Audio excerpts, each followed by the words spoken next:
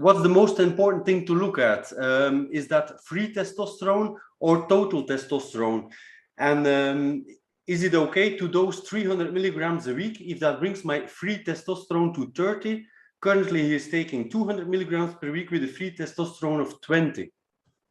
Okay, so we generally don't like to chase numbers, as we discuss over and over again. Numbers are pretty much something that helps to ensure that you are not necessarily causing harm to other bodily functions, right? So if we look at metabolic panels, complete blood panels, then we can kind of look somewhat within the ranges and determine, do we have a low state of a specific metric? In the case of red blood cells, let's say in hemoglobin, is this individual anemic, or are they, suffering from polycythemia, erythropoiesis, or erythrocytosis, or anything that is essentially well out of range? When it comes to hormones, it's not a clear-cut answer, because we have several videos discussing the lab ranges of hormones and how they are derived.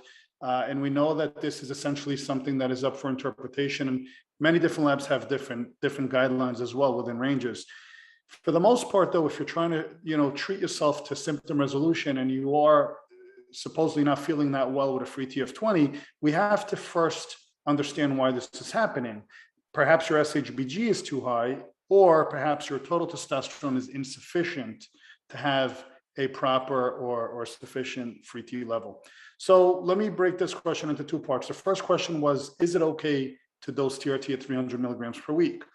The short answer is yes, if it's needed. Now, that would be an outlier. We have seen patients medically treated at those doses. It is rare, okay? It is an outlier, it is not the norm, but it can be medical treatment for a particular person for the reason I stated before, if in fact that is what's needed. Now, don't go and just increase your dosage based on your free T number for the sake of saying, well, I want to go from 20 to 30. You need to be able to assess and figure out why it is that your free testosterone is insufficient for you. And there may be other ways to free up more T.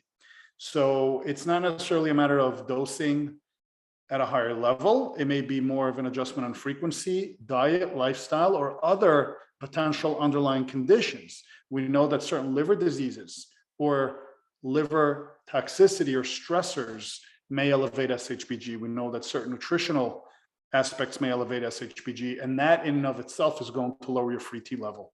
So we need to do a little bit more of an assessment here before we can just give a clear-cut answer and say just go from 2 to 300 milligrams per week. But it's not a complete rule out to say that you may benefit from a higher dose. We just need more information before we can responsibly answer this for an individual.